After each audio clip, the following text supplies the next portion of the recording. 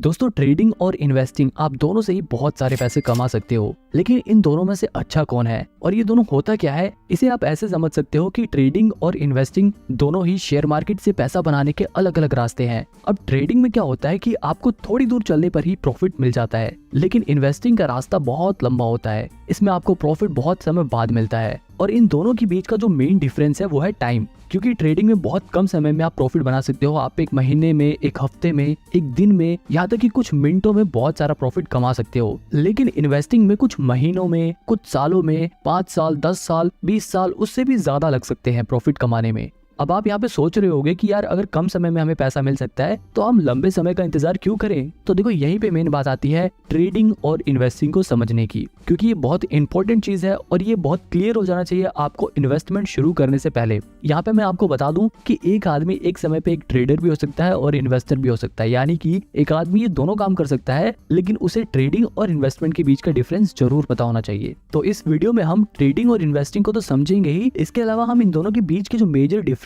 है उनके बारे में भी डिस्कस करेंगे और सबसे आखिरी में मैं आपको ये भी बताऊंगा कि आपको ट्रेडिंग करनी चाहिए या इन्वेस्टिंग करनी चाहिए। अब देखो, सबसे पहले समझते हैं ट्रेडिंग और इन्वेस्टिंग के कॉन्सेप्ट को। इसे समझाने के लिए मैं आपको एक एग्जांपल देता हूँ। मान लो बाबूराव नाम का एक आदमी अपनी मोबाइल की दुकान खोलता है। उसकी दुकान बहुत बढ़िया चल रही थी। वो मार्केट से सस्ते दाम से मोबाइल लाता और अपनी दुकान पे बेचकर प्रॉफिट कमाता। उसका काम बढ़िया चल रहा था, लेकिन जब भी कुछ समय बाद उसकी दुकान के सामने एक और दुकान खुल जाती है तोतला सेठ की, और वो वही मोबाइल बाबूराव की दुकान से भी सस्ते दाम पर बेचने लग जाते हैं। मतलब कि बाबूराव जो फोन 10,000 में बेचते थे, वही फोन तोतला सेठ 9,000 में बेचने लगा। अब क्योंकि तोतला सेठ की दुकान पर मोबाइल सस्ते मिल रहे हैं, तो लोग बाबूराव की दुकान पर क्यों खरीदेंगे। अब क्योंकि भैया बाबूराव के पास कस्टमर तो आ नहीं रहे थे, इसलिए वो बस दिन भर टीवी पे न्यूज ही देखता रहता। सारे ग्राहक तोतला सेठ के पास जाने लगे थे। जब भी वो टीवी में न्यूज देखता है कि जिस ब्रांड का मोबाइल वो लोग बेचते हैं, वो मोबाइल चिप की शॉर्टेज की वजह से बनना बंद हो गए हैं। अब यहाँ पर बाबूराव के दिमाग में आइडिया आता है, क्योंकि मोबाइल की डिमांड तो लोगों में बहुत ज्यादा है, लेकिन मैन्युफैक्चरिंग ना होने की वजह से अब उसकी सप्लाई बंद हो जाएगी। अब यहाँ पर देखो, बाबूराव दो काम कर सकता है। पहला ऑप्शन ये है कि वो रोज सवेरे उठते ही सबसे पहले तोतला सेठ की दुकान पर जाकर उसके सारे फोन 9,000 में खरीद ले और उन्हें अपनी दुकान पर वापस 10,000 में बेचकर प्रॉफिट कमाए। दूसरा तरीका ये है कि वो रोज सवेरे तोतला सेठ की दुकान पर जाकर उसके सारे मोबाइल खरीद ले और उन्हें अपने वेयर हाउस में स्टोर करके रखे, उन्हें बेचे नहीं। इसी तरह वो कुछ महीने अपने पास उन फोन्स को स्टोर करके रखे और जैसे ही उस फोन का प्राइस मार्केट में बढ़ जाए और उसकी डिमांड मार्केट में बढ़ जाए, वो उन फोन को 10,000 की जगह 12,000 में बेचकर ज्यादा प्रॉफिट कमाए। अब यहाँ पर देखो, ट्रेडिंग और इन्वेस्टिंग को समझो। बाबूराव जब डेली फोन सस्ते में खरीद कर उन्हें बेच रहा था तो वो ट्रेडिंग कर रहा था, लेकिन जब बाबूराव ने फोन को कुछ महीनों के लिए स्टोर करके रखा और जैसे उनका प्राइस बढ़ा, उसने जब बेचा तो उसने इन्वेस्टिंग करी, क्योंकि वो डेली चीजों को सेल नहीं कर रहा बल्कि वो उन्हें कुछ महीनों बाद कर रहा है। बिल्कुल इसी तरह ट्रेडिंग और इन्वेस्टिंग वर्क करती है। बस शेयर मार्केट में फोन की जगह शेयर्स आ जाते हैं। मतलब हम शेयर मार्केट में डेली फोन्स की जगह शेयर्स को सस्ते में खरीद कर उन्हें महंगे में बेचकर प्रॉफिट बनाते हैं, तो वो ट्रेडिंग होती है। और अगर हम शेयर्स को सस्ते में खरीद कर कुछ महीने, कुछ साल, 10 साल, 5 साल बाद जब वो शेयर का प्राइस बढ़ जाता है तब बेचते हैं, तब वो इन्वेस्टिंग कहलाती है। देखो, यहाँ दोनों के बीच का जो मेजर डिफरेंस है वो है टाइमिंग। आई होप अब आपको ट्रेडिंग और इन्वेस्टिंग का कॉन्सेप्ट समझ आ गया होगा। अगर नहीं आया तो आपको आगे जरूर आ जाएगा। अब देखो, इन्वेस्टिंग में क्या होता है, लोग अच्छी कंपनियों के शेयर ढूंढते हैं और जैसे ही उन्हें कोई ऐसी कंपनी मिलती है जो फ्यूचर में अच्छा खासा प्रॉफिट जनरेट करेगी, अच्छा परफॉर्म करेगी, वो उस कंपनी के ऊपर फंडामेंटल रिसर्च करते हैं और ये पता लगाते हैं कि क्या ये कंपनी इन्वेस्ट करने लायक है या नहीं, क्या इस कंपनी में अगर हम पैसे लगाएंगे तो बढ़ेंगे या नहीं बढ़ेंगे। अगर उन्हें उनके इन सवालों के जवाब मिल जाते हैं तो वो उस कंपनी में अपना पैसा लगा देते हैं और वो कंपनियां इन इन्वेस्टर्स के पैसों को लेकर अपने नए प्रोडक्ट लॉन्च करती हैं, अपने बिजनेस को और बड़ा करती हैं, नए एम्प्लॉइज को हायर करती हैं ताकि उनकी प्रोडक्शन बढ़ सके, ताकि वो लोग ज्यादा प्रोडक्ट्स को बना सके और ज्यादा चीजें बेचकर ज्यादा मुनाफा कमा सके। और जब उनको ज्यादा मुनाफा होता है तो वो अपने इन्वेस्टर को खुश करने के लिए उस मुनाफे में से थोड़ा थोड़ा हिस्सा दे देते हैं। इस छोटे छोटे हिस्से को ही डिविडेंड बोलते हैं, क्योंकि देखो, इन्वेस्टर जो होता है वो लॉन्ग टर्म के लिए इन्वेस्ट करता है, तो उसे आखिरी में जो रिवॉर्ड मिलता है वो तो मिलता ही है, लेकिन कंपनियां बीच बीच में थोड़ा थोड़ा डिविडेंड देकर, थोड़ा थोड़ा प्रॉफिट का हिस्सा देकर अपने इन्वेस्टर को खुश करती रहती हैं। मतलब एक इन्वेस्टर को लॉन्ग टर्म में तो बहुत ज्यादा प्रॉफिट होता ही है, लेकिन उसको बीच बीच में थोड़ा थोड़ा डिविडेंड भी मिलता रहता है, जो उसके लिए एक अर्निंग का काम करती है। और मैं आपको बता दूं कि ऐसे बहुत सारे इन्वेस्टर हैं जिनकी सिर्फ डिविडेंड की कमाई लाखों करोड़ों में होती है। वहीं दूसरी तरफ जो ट्रेडिंग होती है उसमें जो ट्रेडर होते हैं उन्हें इस बात से कोई भी फर्क नहीं पड़ता कि कंपनी क्या काम करती है, कंपनी प्रॉफिट कमाती है या नहीं कमाती, कंपनी का मैनेजमेंट कैसा है। वो फंडामेंटल एनालिसिस पर ध्यान नहीं देते। एक ट्रेडर सबसे ज्यादा ध्यान देता है टेक्निकल एनालिसिस पे, वो चार्ट एनालिसिस पे ध्यान देता है, वो शेयर्स के प्राइस को ट्रैक करता है कि शेयर के प्राइस कब घट रहा है कब बढ़ रहा है, वो उसमें अपॉर्चुनिटीज ढूंढता है। मतलब एक ट्रेडर का काम ऐसा होता है कि वो रोज सवेरे उठते ही सबसे पहले मार्केट खुलते ही किसी भी एक कंपनी का शेयर उठा देगा और उसके प्राइस की मूवमेंट को ट्रैक करेगा। अगर उस ट्रेडर को टेक्निकल और चार्ट एनालिसिस करने के बाद ये लगता है कि शेयर का प्राइस बढ़ेगा तो वो उसे कम रेट पर खरीद लेगा और जैसे उस शेयर का प्राइस बढ़ेगा उसे बेचकर प्रॉफिट कमा लेगा। जबकि इन्वेस्टमेंट में क्या था, जो इन्वेस्टर था वो शेयर को सस्ते में खरीद कर उसे कई साल बाद बेचता है जब उसका प्राइस बढ़ जाता है। अब आपको ये समझ आ गया होगा कि एक ट्रेडर कैसे काम करता है और एक इन्वेस्टर काम कैसे करता है। अब देखो इनके बारे में मैं और डिटेल में नहीं जाऊंगा वरना वीडियो बहुत बड़ी हो जाएगी। अब सीधे हम डायरेक्ट इनके डिफरेंस के बीच में आते हैं, इन दोनों के बीच के अंतर के बारे में बात करते हैं। सबसे पहला डिफरेंस तो टाइम का ही था। ट्रेडिंग कम समय का प्रोसेस है और इन्वेस्टिंग लंबे समय का गेम है।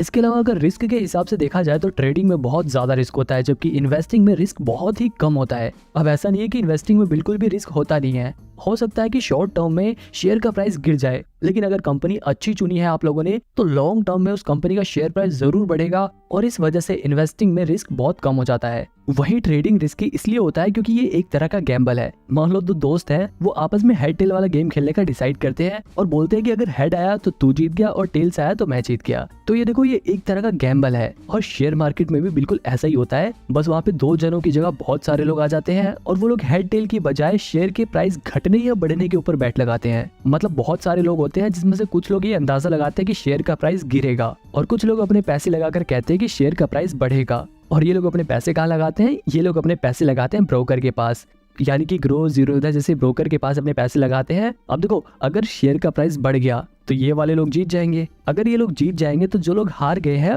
उनका पैसा जीते हुए लोगों के पास चला जाएगा और उस जीते हुए पैसे में से थोड़ा सा कमीशन ये ब्रोकर्स रख लेते हैं। और इतना ही नहीं, इस जीते हुए हिस्से में से सरकार भी टैक्स के नाम पर अपना हिस्सा इनसे ले लेती है। अब यहाँ पर ये देखो कि जो ब्रोकर है और ये जो गवर्नमेंट है इनको तो हमेशा कमीशन और टैक्स मिलेगा, चाहे ये लोग जीते चाहे ये लोग जीते। लेकिन लॉन्ग टर्म में नुकसान किसका होता है, सिर्फ ट्रेडर्स का।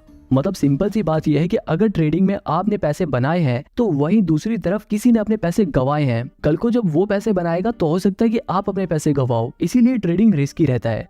अब वापस अपने डिफरेंस की ओर चलते हैं। अब देखो एक और चीज है इन्फॉर्मेशन। ज्यादातर लोग ट्रेडिंग करते हुए प्राइस घटेगा या बढ़ेगा इस बात का पता लगाने के लिए टेक्निकल एनालिसिस करते हैं। वहीं अगर बात करें इन्वेस्टिंग की तो यहाँ पर इन्वेस्टर इस बात का पता लगाने के लिए कि कंपनी का शेयर प्राइस फ्यूचर में बढ़ेगा या नहीं बढ़ेगा, कंपनी फ्यूचर में ग्रो करेगी या नहीं करेगी, इसके लिए इस्तेमाल करते हैं फंडामेंटल एनालिसिस का। अब अगर आपको ये फंडामेंटल एनालिसिस सीखना है तो आप मेरी ये वाली वीडियो देख सकते हो, इसमें मैंने डिटेल में फंडामेंटल एनालिसिस को समझाया है। अब देखो एक और चीज है स्ट्रेस। जो ट्रेडिंग वाला बंदा होता है वो हमेशा स्ट्रेस में रहता है। अगर उसको प्रॉफिट हो गया तब तो वो पूरे दिन खुश रहेगा, लेकिन अगर उसको लॉस हो गया तो उसके दिमाग में पूरे दिन वही बात घूमती रहती है। ट्रेडिंग करते वक्त हर पल उसे बहुत टेंशन रहती है। अगर शेयर प्राइस गिर गया तो उसकी सांसें फूलने लगती हैं और जैसे शेयर प्राइस बढ़ने लग गया तो एकदम खुश होने लगता है। तो कहने का मतलब ये है कि ट्रेडिंग में बहुत ज्यादा स्ट्रेस रहता है जबकि इन्वेस्टिंग में स्ट्रेस बिल्कुल नहीं रहता, क्योंकि ये एक लॉन्ग टर्म प्रोसेस है। हो सकता है कुछ समय के लिए आपके शेयर प्राइस गिर जाए, लेकिन अगर आपने कंपनी अच्छी चुनी है तो फिर महीने बाद, एक साल बाद, कुछ साल बाद शेयर प्राइस जरूर बढ़ेगा और फ्यूचर में आपको प्रॉफिट होगा। अब देखो ट्रेडिंग वाला बंदा हरदम शेयर के बारे में देखता रहता है,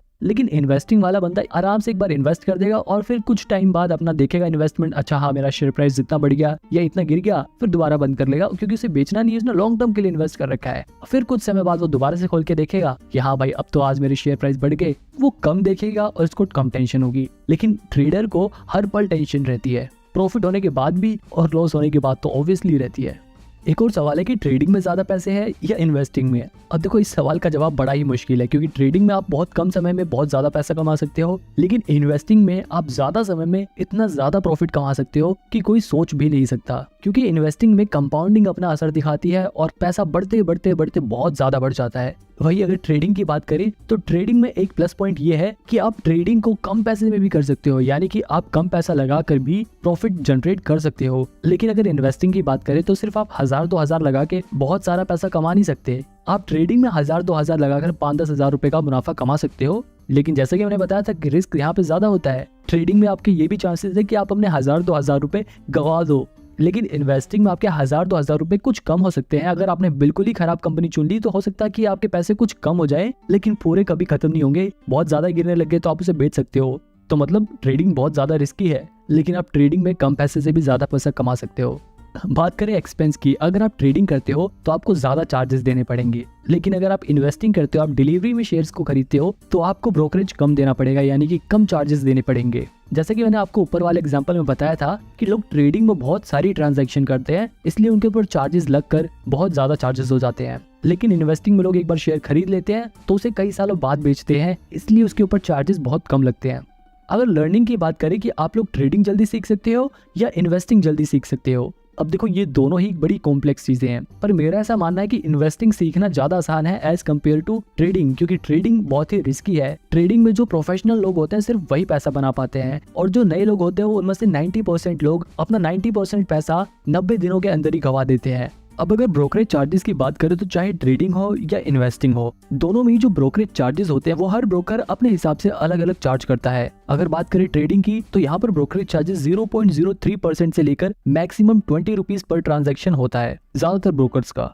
इसके अलावा एम स्टॉक जैसे कुछ ब्रोकर तो ऐसे भी हैं जिनके पास 1000 रुपए से लेकर 2000 रुपए तक का प्लान होता है, जिन्हें खरीदने पर आपका लाइफ टाइम ब्रोकरेज चार्जेस नहीं लगेगा। लेकिन यहाँ पर ध्यान देने वाली बात यह है कि सिर्फ ब्रोकरेज चार्जेस नहीं लगेगा। इसी तरह अगर आप इन्वेस्टमेंट करते हो यानी कि डिलीवरी में शेयर्स को खरीदते हो, तो वहां पर भी जो ब्रोकरेज चार्जेस होता है वो 0.003% से लेकर 20 रुपीज मैक्सिमम पर ट्रांजैक्शन होता है। हालांकि डिलीवरी में भी जीरो था, जैसे कुछ ब्रोकर ऐसे हैं जो 1 भी रुपए ब्रोकरेज चार्जेस नहीं लेते, लेकिन इन ब्रोकर्स के पास आपको लगभग 300-350 रुपए अकाउंट मेंटेनेंस चार्जेस देने होते हैं हर साल। ये सब तो ब्रोकरेज चार्जेस थे जो ब्रोकर्स चार्ज करते हैं, लेकिन इसके अलावा गवर्नमेंट भी प्रॉफिट में से अपना टैक्स डिडक्ट करती है। अगर बात करें सिर्फ ट्रेडिंग की, तो ट्रेडिंग पे जो प्रॉफिट होता है उस पर लगभग 28% टैक्स देना पड़ता है। वहीं अगर बात करें इन्वेस्टमेंट की, यानी कि अगर हमें लॉन्ग टर्म कैपिटल गेन होता है तो उस पर हमें 20% टैक्स देना पड़ता है। आप में से कुछ लोगों के दिमाग में डाउट होगा कि हम ट्रेडिंग या फिर इन्वेस्टमेंट कम से कम कितने रुपए से स्टार्ट कर सकते हैं। तो देखो, आप मिनिमम 100 रुपए से ट्रेडिंग और इन्वेस्टमेंट दोनों ही स्टार्ट कर सकते हो।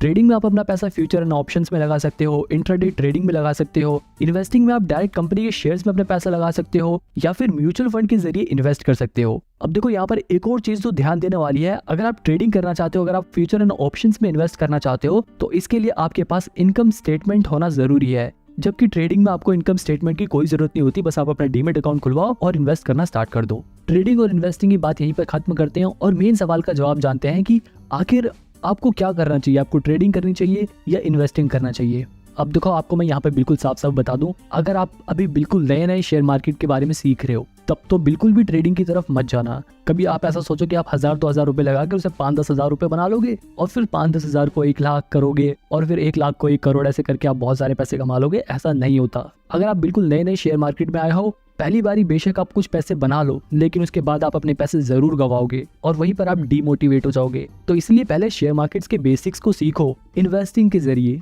आप डिलीवरी में शेयर्स को खरीदो, उनकी मूवमेंट को ट्रैक करो। आपको धीरे धीरे जब एक्सपीरियंस होने लगेगा, आपको धीरे धीरे जब ये पता लगने लग जाएगा कि शेयर मार्केट कैसे वर्क करता है, तब आप धीरे धीरे अपना ट्रेडिंग में कदम रख सकते हो। लेकिन एकदम से ही ट्रेडिंग मत करने लग जाना। यहाँ पर आप ये ध्यान रखना कि जब आप ट्रेडिंग सीख रहे हो तो उस समय ज्यादा पैसे नहीं लगाने आपको ट्रेडिंग में, आपको कम पैसे से शुरुआत करनी है और जैसे जैसे आपका एक्सपीरियंस बढ़े वैसे वैसे आप अपने पैसे बढ़ा सकते हो। यहाँ पर एक और बात ध्यान देने वाली है कि शुरुआत में जब आप ट्रेडिंग सीख रहे हो तो ऐसा ब्रोकर चुनना जिसका यूजर इंटरफेस आसान हो और वहां पर अकाउंट मेंटेनेंस चार्जेस या फिर प्लेटफॉर्म चार्जेस ना लगे और जिनके ऐप का यूजर इंटरफेस इतना बढ़िया हो कि आप जब भी ट्रेडिंग या इन्वेस्टिंग करो तो आपकी साइट क्रैश ना हो जाए और आपके पैसे ना अटक जाए। आप इसके लिए शुरुआत में एंजल वन जैसे ब्रोकर के जरिए ट्रेडिंग करना स्टार्ट कर सकते हो और अगर आपके पास थोड़े पैसे आ जाए तो आप जीरोधा, एंजल वन, अपस्टॉक में से किसी में भी डीमेट अकाउंट खोल के ट्रेडिंग स्टार्ट कर सकते हो। लेकिन मैं आपको फिर भी सजेस्ट करूंगा कि आप ट्रेडिंग जब ही करना जब आप खुद के पैसे कमाने लग जाओ और अपने पैसे गंवाने का रिस्क ले सको, क्योंकि बहुत सारे ऐसे लोग हैं जिन्होंने अपना पैसा गंवाया भी है। लेकिन आपको हमेशा पॉजिटिव साइड सोच के चलनी है। चाहे आप इन्वेस्टिंग करो चाहे ट्रेडिंग करो, आपको यकीन रखना है कि हाँ, मैं प्रॉफिट अर्न कर सकता हूँ।